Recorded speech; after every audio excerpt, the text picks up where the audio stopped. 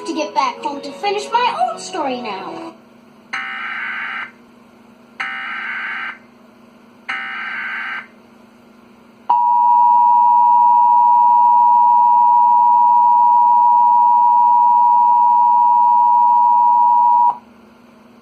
The National Weather Service in Detroit, Pontiac, has issued a tornado warning for northeastern Macomb County in southeastern Michigan until 8:30 p.m.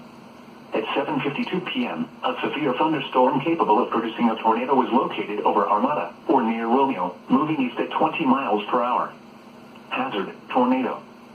Source, radar indicated rotation. Impact, flying debris will be dangerous to those caught without shelter. Mobile homes will be damaged or destroyed. Damage to roofs, windows, and vehicles will occur. Tree damage is likely. This dangerous storm will be near Armada around 7:55 p.m. Other locations in the path of this tornadic thunderstorm include Richmond.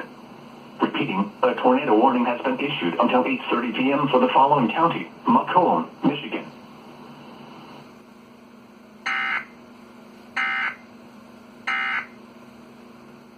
Like the Bronte sisters.